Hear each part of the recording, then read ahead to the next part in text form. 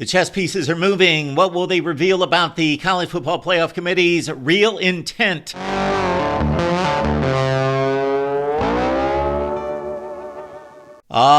It's getting good. Welcome into the Voice of College Football. Appreciate you being here for the best in discussion, debate, and analysis. Please like the video and subscribe. Hit that bell for the notifications to know the next time we go live, which, by the way, will be for our College Football Playoff Rankings watch party Tuesday night at 7 p.m. Eastern Time. Be here and we will discuss the rankings as they are unveiled.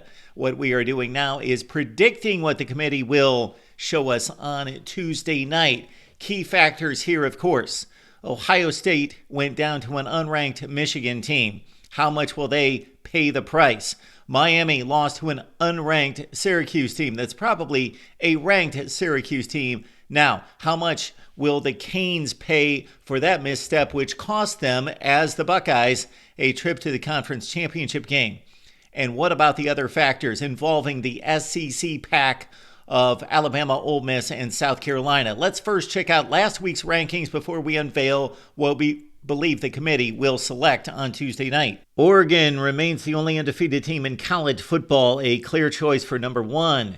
Buckeyes will fall dramatically from number 2, Texas at 3, Penn State at 4, Notre Dame at 5. There should be no change there. Miami was standing at number 6, and of course they lost to Syracuse. On down the line, we had Georgia at 7 and Tennessee at 8. We had Indiana there behind SMU, and also Boise State is the group of 5 rep at this point.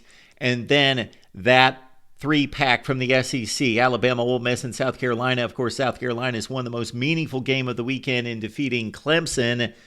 Will their resume eclipse Bama and Ole Miss, who beat 5-7 and 2-10 teams, and not that impressively? So the South Carolina win over Clemson, we believe, to be the most impressive of the weekend. Of course, on down the line, you've got Arizona State and Iowa State clearing the way for an appearance in the Big 12 championship game. Clemson will fall from the 12th spot, even though they lost to a good South Carolina team in the final minute of play. And then the rest of the rankings are more about what those teams can do for other teams up the rankings and less to do about their competitiveness toward a college football playoff. The Big 12 champion, that is going to be the lowest ranked team that has a shot to get to the college football playoff, at least from a power conference standpoint.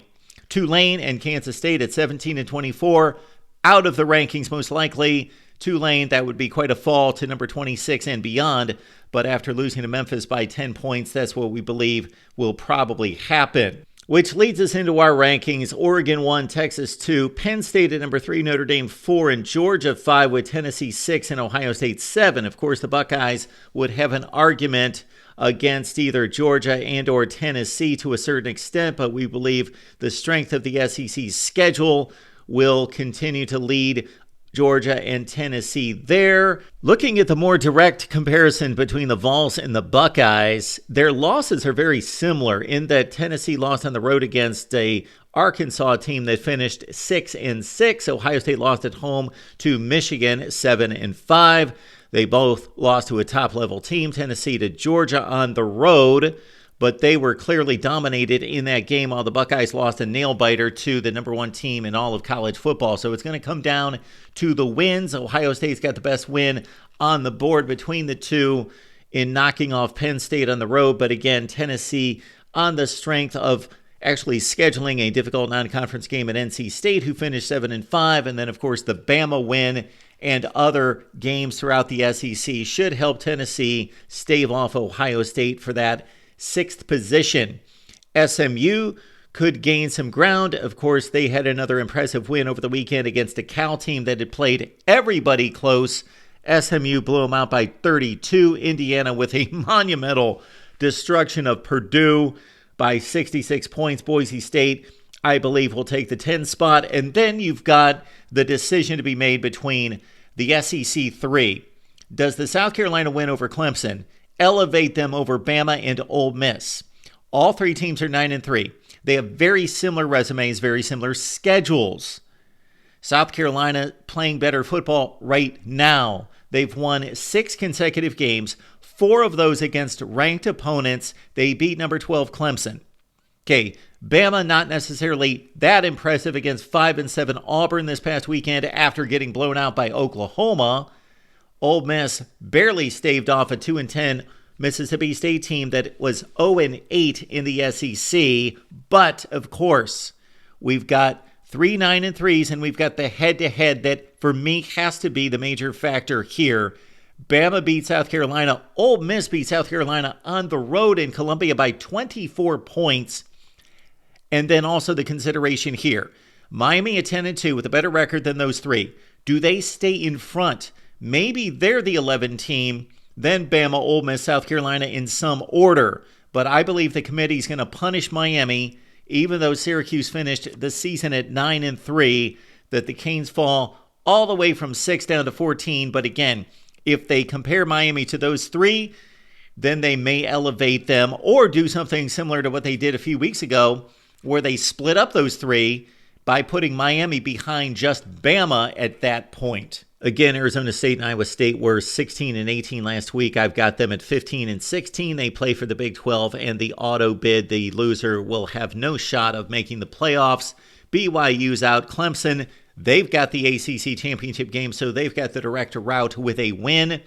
Mizzou coming off a 7-point win against Arkansas. There you see the rest of the top 25, the one major player there. Texas A&M, of course, had a shot against Texas at home and had the ball at the goal line to go down by just 3 in the last 5 minutes of the game. Could not get it done. Therefore, that could be credited as a really strong loss, if there is such a thing as Texas A&M stayed with number 2. However, I've got them based on the teams and how they fared around them, which all these teams won outside of Clemson, that Texas A&M will drop from 20-21.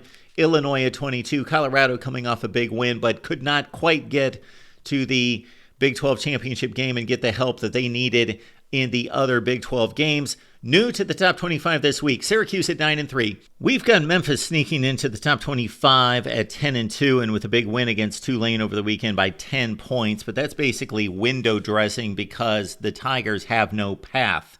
Here's the group of 5 set up. Boise State takes on UNLV in the Mountain West Conference Championship game. Boise is our projected number 10. They were 11 last week. Of course, they're the clear shot.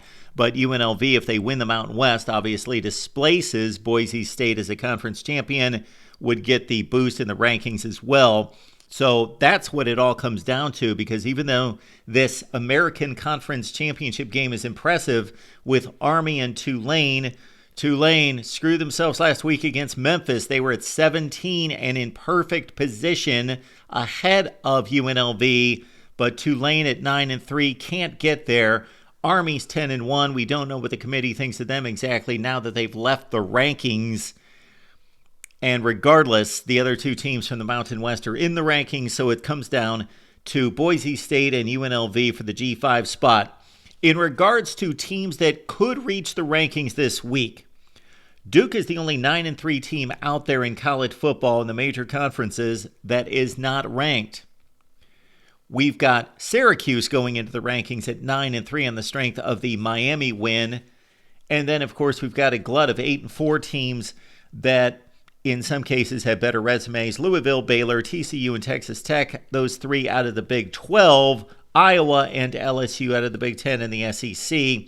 8-4 teams that if they win their bowl games will get ranked by the AP in the final top 25. But of course, the playoff rankings are all that counts right now, and these playoff rankings end after championship weekend. So despite the brutal loss to Michigan, Ohio State should be safely in the playoff. However, the Buckeyes may have to go on the road. What about the ACC? Miami, number 6 last week. Do they fall behind the SEC 3? If they do, they are in big, big trouble because they can't help themselves and nobody can help them. Nobody's playing around them. Everybody is in the clubhouse that would have an impact on Miami.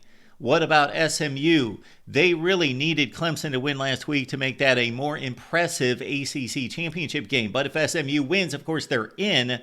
But at number 8 or 9 in the rankings, number 9 last week, our projected number 8 this week, could SMU lose a close game to Clemson. We're talking last second field goal, and still stay in the playoff race at 11-2. Well, it would have been better for them if Clemson would have won and been a top 10 team instead of probably a lower top 20 team coming into the ACC championship game. For the Big 12, simply win and you're in, lose and you're out for Iowa State and Arizona State. Same thing with the Mountain West Conference championship game. This is what most of us wanted, is you got to win on championship weekend in some of the lesser conferences, and you got to position yourselves earlier in the season to make a run at the playoffs. It's exciting, it's fascinating, it's interesting. Hopefully the committee gets it right.